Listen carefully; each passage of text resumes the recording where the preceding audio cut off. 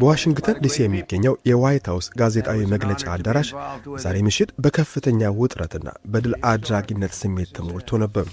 ፕሬዝዳንት ዶናልድ ትራምፕ፣ የጦር ሚኒስትሩ፣ የሲአይኤ ዳይሬክተርና የጦር ኃይሎች ጠቅላይ አዛዡ በአንድ መድረክ ላይ ቆመው በኢራን ሰማይ ላይ ተመቶ የወደቀው የኤፍ-15 የጦር አውሮፕላን አብራሪዎች እንዴት በወታደራዊ ታሪክ ባልተለመደ ሁኔታ ከጠላት ምድር እንደተረፉ ድራማዊ በሆነ መንገድ ሲተርኩ አምሽተዋል።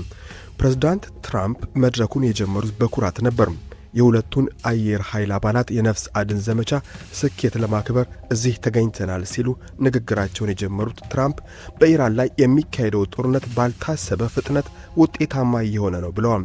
ትራምፕ አክለውም እንዲህ አይነት ተልእኮች አብዛኛውን ጊዜ አይሞከሩም፣ ነገር ግን እኛ ድንቅ ችሎታና ጥቂት ዕድልም ነበረን። ይህ ታሪካዊ ክስተት የሚያሳየው አሜሪካ አንድም ወታደሯን ሜዳ ላይ ጥላ እንደማትመጣ ነው ሲሉ ተናግረዋል። ሆኖም ትራምፕ ለኢራን ያላቸውን ቁጣ አልደበቁም። ሀገሪቱን ክፉ ሲሉ የጠሯት ሲሆን የሰጡትን ቀነ ገደብ ነገ ምሽት እንደሚያበቃ አሳስበዋል። መላዋ ሀገር በአንድ ሌሊት ልትጠፋ ትችላለች፣ ያቺ ሌሊት ደግሞ ነገ ምሽት ልትሆን ትችላለች ሲሉ እጅግ አስፈሪ ማስጠንቀቂያ ሰጥተዋል። የሲአይኤ ዳይሬክተር ጆን ራትክሊፍ ለጋዜጠኞች ሲያስረዱ የነፍስ አድን ዘመቻው ሊከሽፍ የማይችል ተልእኮ እንደነበር ገልጸዋል። እንደ ዳይሬክተሩ ገለጻ አብራሪውን በኢራን ተራሮች ውስጥ መፈለግ በሳር ክምር ውስጥ መርፌን የመፈለግ ያህል ከባድ ነበር።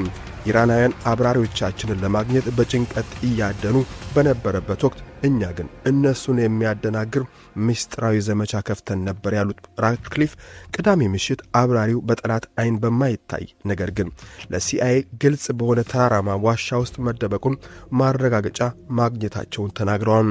የጦር ኃይሎች ጠቅላይ አዛዥ ዳን ኬን በበኩላቸው የዘመቻውን ወታደራዊ ዝርዝር ይፋ አድርገዋል። እንደ ኬን ገለጻ የመጀመሪያው አብራሪ በኤ-10 የጦር አውሮፕላን ድጋፍ በፍጥነት ሲድን፣ ሁለተኛውን ግን ለማዳን ከፍተኛ ተጋድሎ ተደርጓል። አሜሪካ ወታደሮቿን በማንኛውም የዓለም ጥግ በማንኛውም ሁኔታና በፈለገችው ጊዜ ታወጣለች ሲሉ በድፍረት ተናግረዋል። እኚህ ሰው ትራምፕ የዘመቻውን ስፋት ሲገልጹ ሁለተኛውን አብራሪ ለማውጣት ብቻ 155 አውሮፕላኖች መሰማራታቸውን ገልጸው ከነዚህም ውስጥ 4 ቦምብ ጣይ፣ 64 ተዋጊ አውሮፕላኖችና 48 የነዳጅ ጫኝ አውሮፕላኖች ይገኙበታል። ኢራናውያን በሺዎች የሚቆጠሩ ወታደሮችን አሰማርተው አብራሪውን ይፈልጉ ነበር። እኛ ግን በተለያየ አቅጣጫ አውሮፕላኖችን በማብረር አብራሪው ሌላ ቦታ ያለ እንዲመስላቸው አድርገናል። ጀግናው አብራሪ ለ48 ሰዓታት ያህል በኢራን ምድር ሳይያዝ ቆይቷል ብለዋል ትራምፕ። አብራሪው ክፉኛ ቆስሎ እንደነበርና ደሙ እየፈሰሰ ተራራ ላይ ወጥቶ ምልክት እንደላከም በስሜት ተናግረዋል።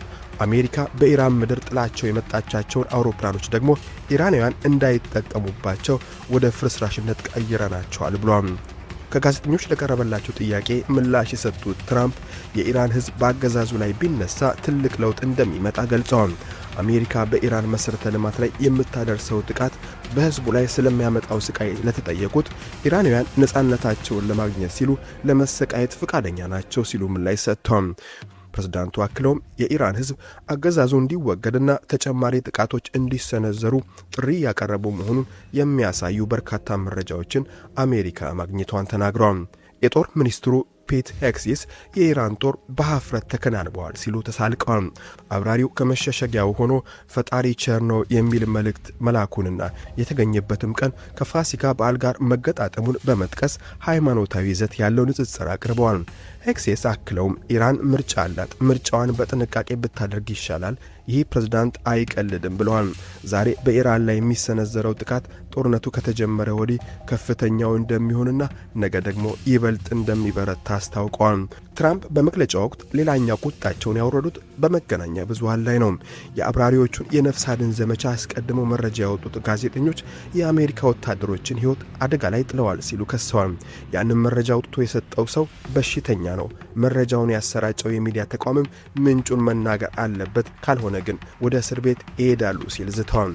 ይህ የዋይት ሃውስ መግለጫ አሜሪካ በኢራን ላይ የጀመረችው ጦርነት ወደ አዲስና አስፈሪ ምዕራፍ መሸጋገሩን ያሳየ ነው። ፕሬዝዳንት ትራምፕ የነፍስ አድን ዘመቻውን ስኬት እንደ ትልቅ ወታደራዊ ጉልበት ማሳያ ተጠቅመውበታል። ሆኖም የኢራን ሲቪል መሰረተ ልማቶች ላይ ጥቃት ለማድረስ የሰጡት ቀነ ገደብና የኢራን ሕዝብ ለመሰቃየት ፈቃደኛ ነው የሚለው አቋማቸው በቀጣዮቹ ጥቂት ቀናት ቀጠናው እጅግ አስፈሪ ወደሆነ የጥፋት አዙሪት ሊገባ እንደሚችል ይጠቁማል።